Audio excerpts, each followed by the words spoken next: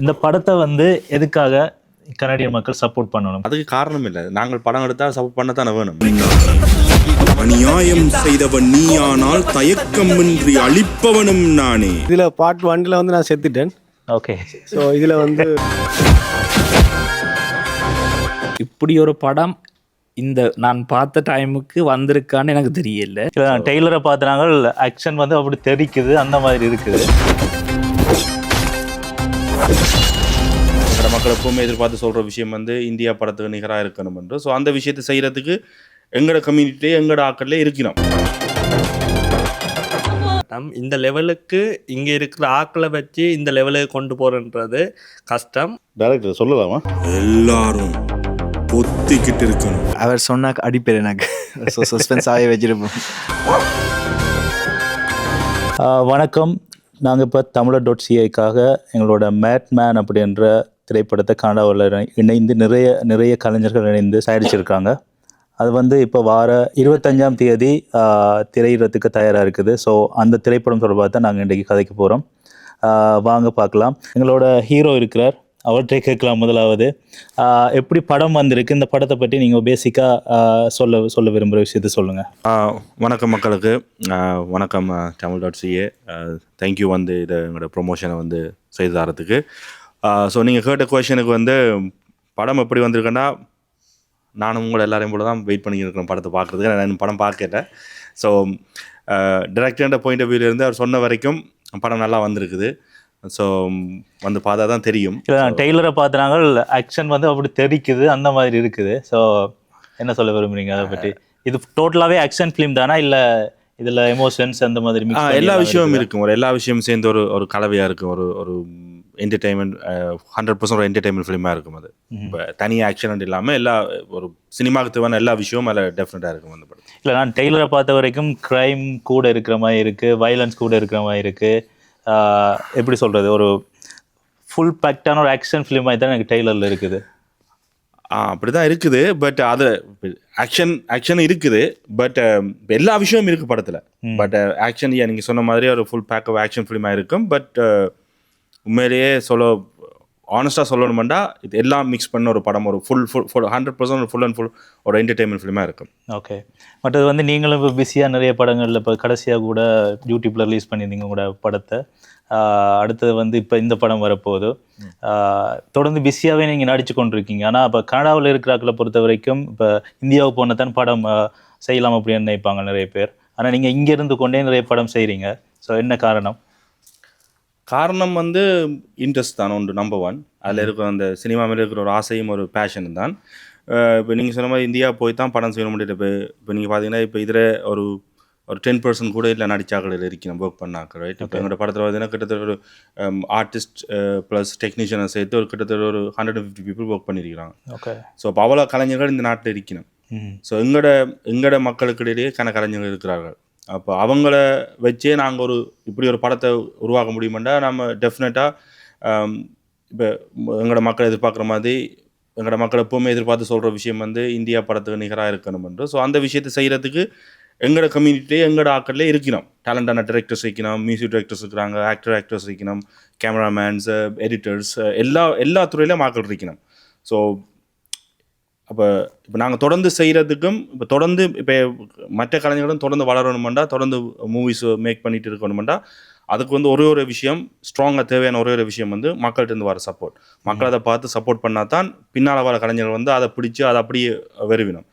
நான் இதில் இருக்கிறேன், தொடர்ந்து செய்கிறேன்டா, அது எனக்குள்ள பேஷன். ப்ளஸ் வந்து ஆக்களோட பழகிறது, கதைக்கிறது, பேசுகிறத வச்சு அப்பப்போ படங்கள் செய்யக்களை வந்து கான்டாக்ட் பண்ணி கதைக்கிறாங்க, செய்கிறோம். இப்போ லோஷன், தயா இருக்கிற எல்லாரையும் பார்த்தீங்கன்னா அவங்க வந்து சினிமாவில் வந்து இனி இல்லைன்னு ஒரு ஆசையாக இருக்கிறாங்க.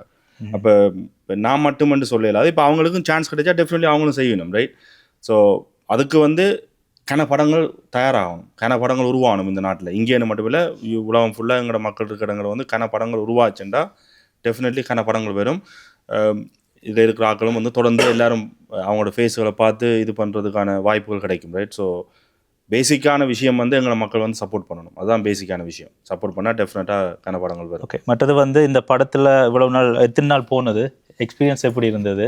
ஸோ இங்கே வந்து பட்ஜெட் எல்லாத்துக்கும் நிறைய பிரச்சனையாக இருந்திருக்கும்.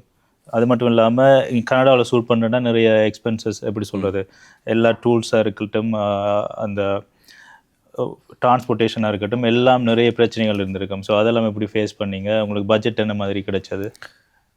இப்போ அதான் இப்போ பட்ஜெட் வந்து இனிஷியலாக வந்து எங்களுக்கு ஒரு ப்ரொடியூசர் சென்ட்ராம் ஃபிலிம்ஸ் ஒரு ப்ரொடியூசர் இருந்தவர். அப்புறம் எண்டில் வந்து அவரால் கொஞ்சம் பர்சனல் இஷ்யூஸ், ஃபைனான்சியல் ப்ராப்ளத்தில் வந்து அவர் வந்து ஃபிலிமை வந்து ஒரு ப்ரொடக்ஷன் கம்பெனி ஹேண்ட் ஓவர் பண்ணிட்டார்.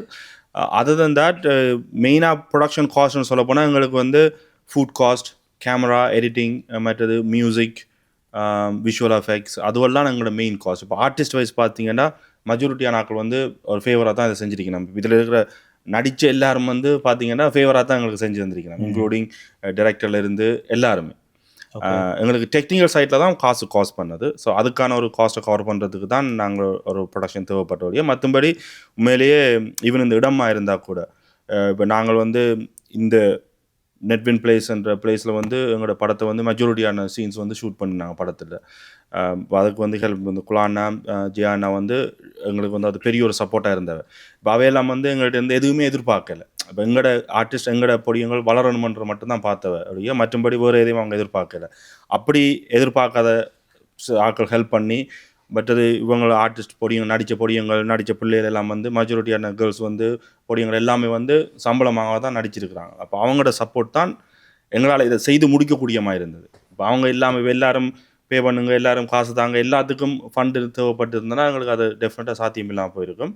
இப்போவே ஒரு 8 மாதம் எங்களுக்கு டோட்டலாக ஸ்டார்ட் பண்ணலேருந்து படத்தை முடிச்சு ஸ்க்ரீனுக்கு கொண்டு ஒரு 8 months ஆகிருக்கு எங்களுக்கு மொத்தமாக. சூப்பர்.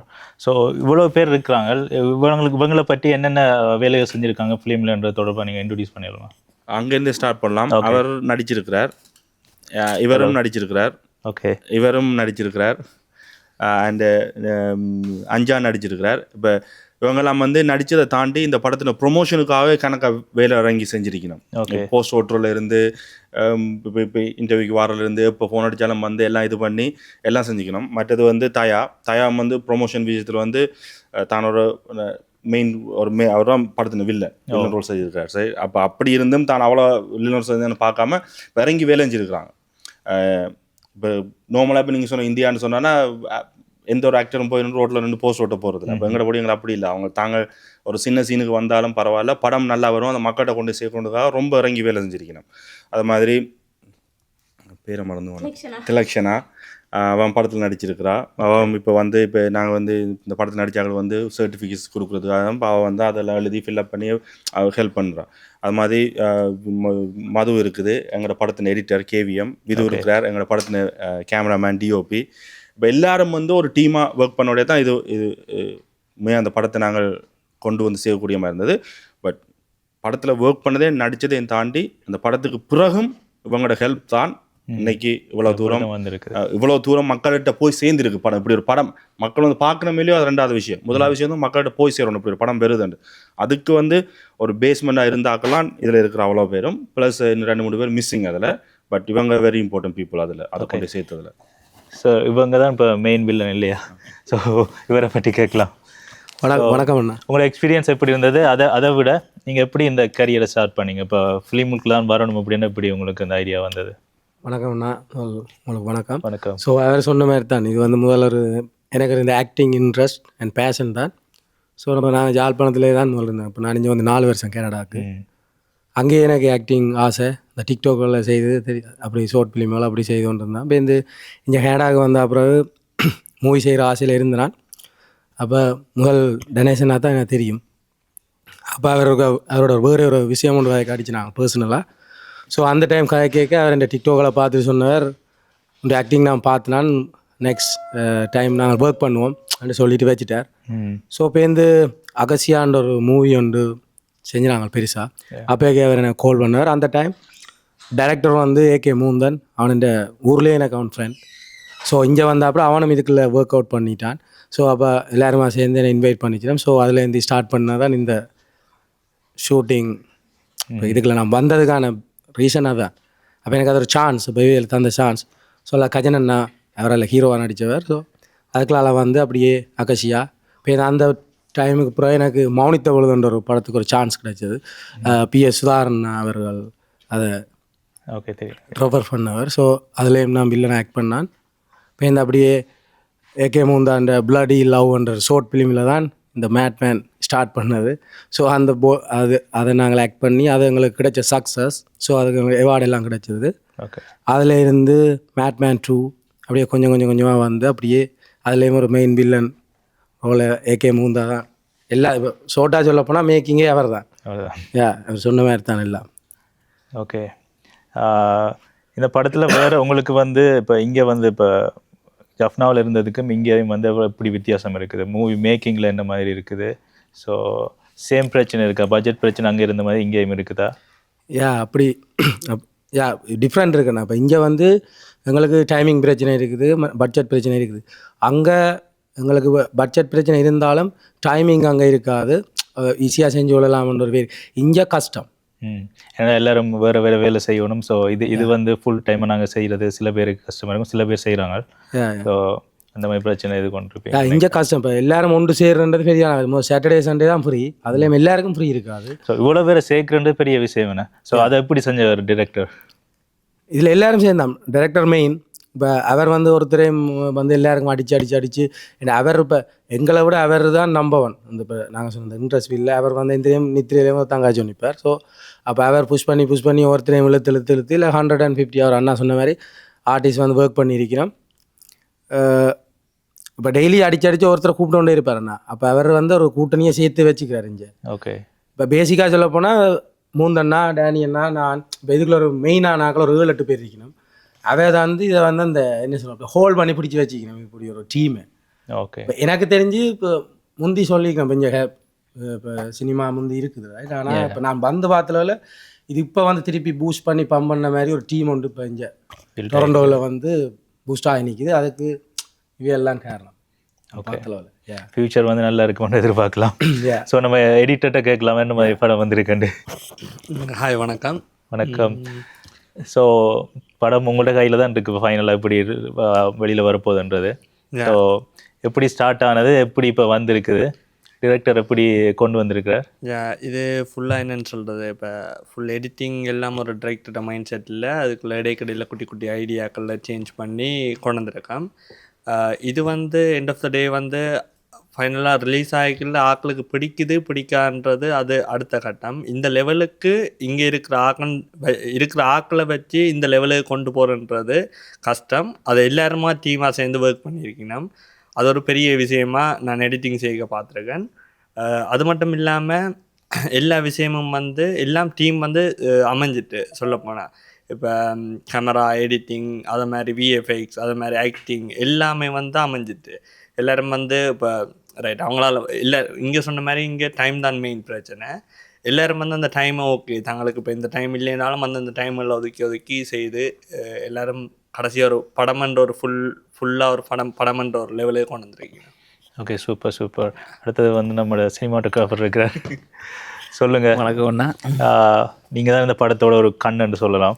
உங்களோட பார்வையிலேருந்து அந்த படம் வெளியில் வருது. ஸோ அதை தான் நம்ம எல்லோரும் பார்க்க போகிறாங்க. ஸோ எப்படி வந்திருக்குது, நீங்கள் பண்ணும்போது என்ன பிரச்சனைகள் உங்களுக்கு இருந்தது? இப்போ நார்மலாக இப்போ நாங்கள் ஸ்ரீலங்காலேருந்து இப்போ எடுக்க போனால் இப்போ இப்படி ஒரு படம் இந்த நான் பார்த்த டைமுக்கு வந்திருக்கான்னு எனக்கு தெரியல. ஆனால் இது ஒரு ஆக்கள் புதுசாக பார்க்க என்னமோ ஒரு புதுசாக இருக்கும்.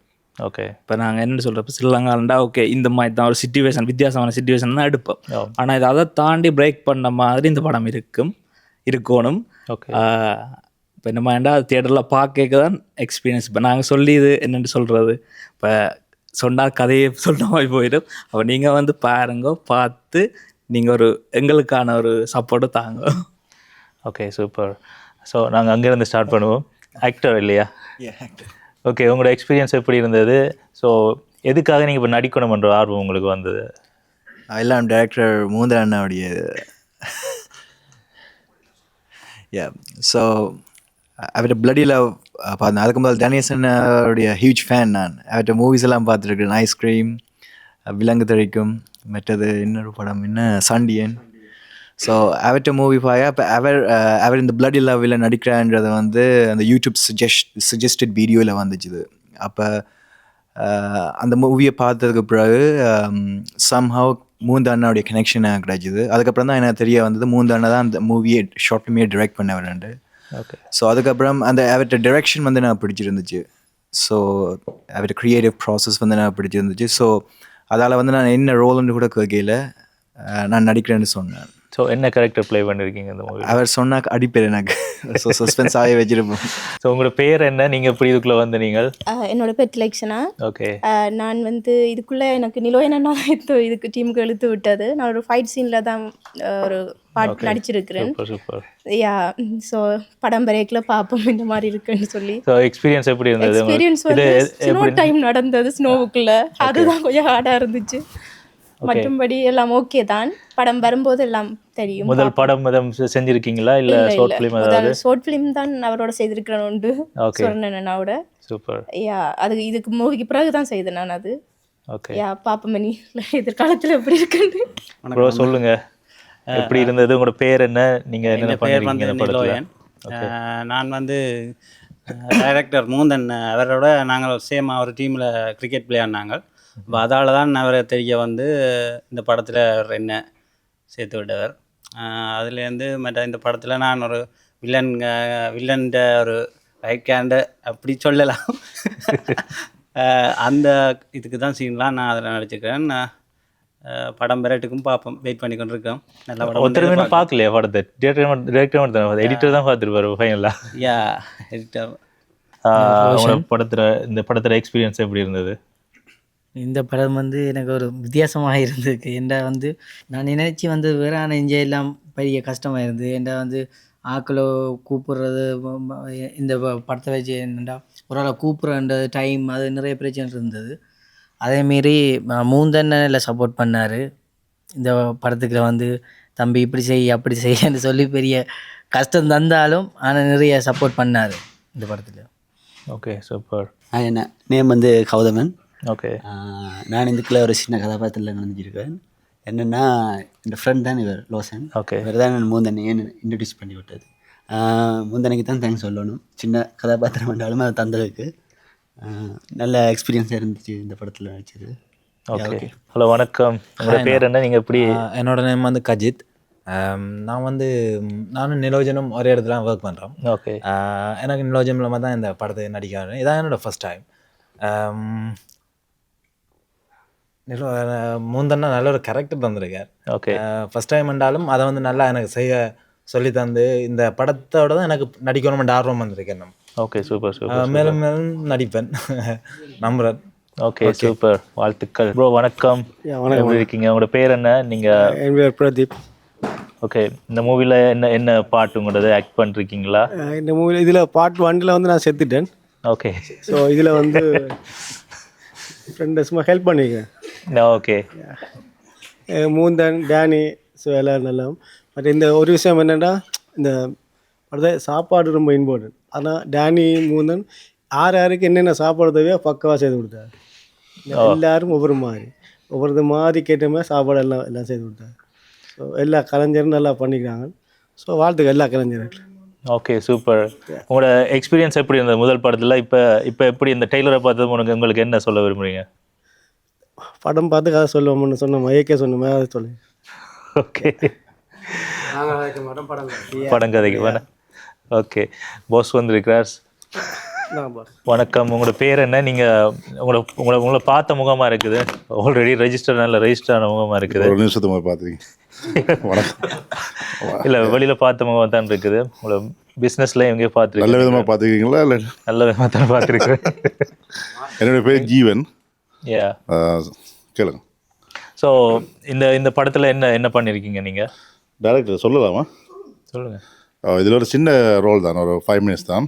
ஓகே. அப்புறம் நீங்கள் தேடுவீங்க எங்கே இதில் ஒருத்தவங்க வந்தானேண்டு அதை சொல்லிக்க பார்ட் 2 கொண்டு ஒன்று.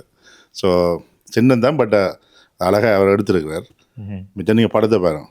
படம் வந்து ஒரு வித்தியாசமாக இருக்குது. அடுத்த லெவலுக்கு கொண்டு போகும்ன்ற ஒரு நம்பிக்கை இருக்குது. என்றால் நான் இங்கே கனகாலமாக இருக்கிறேன். கனகாலமாக படங்கள் பார்த்துருக்கேன். டேனிஷ் செய்த படங்கள் பார்த்துருக்கேன். சிலர் நல்லா செய்திருக்கிறார். ஆனால் இதில் வேறு லெவல் டேனி. அடுத்த டைரக்டர் வில்லன், ஒரு நல்ல ஒரு கூட்டணி சேர்ந்தால் எப்படி அடுத்த லெவலில் கொண்டு போவாங்களோ அதே மாதிரி டொரண்டோ ஃபிலிம் இண்டஸ்ட்ரியை அடுத்த லெவலு கொண்டு போகுமென்ற ஒரு நம்பிக்கை இருக்குது. இதை நீங்கள் பாருங்கள், படத்தை பாருங்கள், மிச்சம் தெரியும். Okay, super super, thank you. Thank you. கடைசியாக நம்ம ஹீரோட்ட கேட்கலாம். அண்ணா சொல்லுங்கள், இந்த படத்தை வந்து எதுக்காக கனடிய மக்கள் சப்போர்ட் பண்ணணும், கனடிய தமிழ் மக்கள்? மெயினாக வந்து நிறைய படங்கள் வந்து இருக்குது. ஸோ வணிக ரீதியாக எந்த அளவு அது சக்ஸஸ் ஆகிருக்குன்னு எனக்கு தெரியல. ஸோ அதை பற்றி சொல்லுங்கள். இந்த படத்தை வந்து என் டொரண்டோ மக்கள் சப்போர்ட் பண்ண வேண்டாம், அதுக்கு காரணம் இல்லை. நாங்கள் படம் எடுத்தால் சப்போர்ட் பண்ண தானே வேணும், ரைட்? எங்களோட பொடியில் எடுத்த படம், ரைட்? ஸோ அதுக்கு ரீசன் தேவையில்லை, இந்த ரீசனுக்காக தான் சப்போர்ட் பண்ணணுமெண்டு. ஸோ அது அவங்களோட ஒரு ஒன் ஆஃப் த டியூட்டி. அது எங்களோட சப்போர்ட் பண்ணுறது வந்து எங்களோட மக்கள் வந்து எங்களுக்கு சப்போர்ட் பண்ணுறது வந்து அதுக்கு காரணம் தேவைப்படாது. ஸோ நாங்கள் படம் எடுக்கிறோம், அதுக்காக நான் ஃபோர்ஸ் பண்ணி சொல்லலை, பட் கேட்டதுக்கான ஆன்சர், அந்த உரிமை இருக்குது, அந்த உரிமை இருக்குது, ரைட்? ஸோ அது வந்து காரணம் தேவையா கட்டாயம் பார்க்கணும். இது வந்து ஏப்ரல் மாதம் 25 ஜோக் சினிமா ரிலீஸ் ஆகுது 1 மணிக்கு. அதை தொடர்ந்து அங்கே சண்டேயும் ஸ்க்ரீன் பண்ணுறோம். அப்புறம் தொடர்ந்து அங்கே அடுத்தடுத்த நாட்களும் ப்ளே பண்ணியிருக்கிறோம். பட் அடுத்த நாட்கள் ஸ்கெட்யூல் வந்து அங்கே ரிலீஸ் பண்ணல. ஏன்னா அந்த தியேட்டரோட ஸ்க்ரீனிங் இஷ்யூவால் வந்து எங்களுக்கு கொஞ்சம் அதுக்கான ஸ்கெட்யூல் எனக்கு தெரியல அவங்க. ஸோ அந்த ஸ்கெட்யூல் வந்து கொஞ்சம் லேட்டாக தான் தெரிவினோம். அதை வந்து அந்த படம் ரிலீஸ் கிட்டவா தான் தரணும். ஸோ இப்போதைக்கு வந்து சாட்டர்டே சண்டே யோக் சினிமாவில் 1 o'clock ப்ளே ஸ்க்ரீன் பண்ணியிருக்கிறோம். ஸோ வந்து பார்க்கலாம். எஸ், டெஃபினெட்லி டிக்கெட் ஷோ தான். டிக்கெட்டை வந்து இப்போவும் நீங்கள் எங்கள்கிட்ட எடுக்கலாம், இல்லைன்னா அங்கே வந்து டிரெக்டாக வந்து டிக்கெட்டை நீங்கள் எடுக்கலாம், பிரச்சனை இல்லை. சூப்பர், தேங்க்யூ எல்லாருக்குமே நன்றி. இந்த மேட்மேன் திரைப்படம் வந்து வெற்றி பெறத்துக்கு என்னோட வாழ்த்துக்கள். எல்லாருமே வந்து இந்த படத்துக்கு சப்போர்ட் பண்ணணுமென்று நானும் கேட்டுக்கொள்கிறேன். Thank you very much.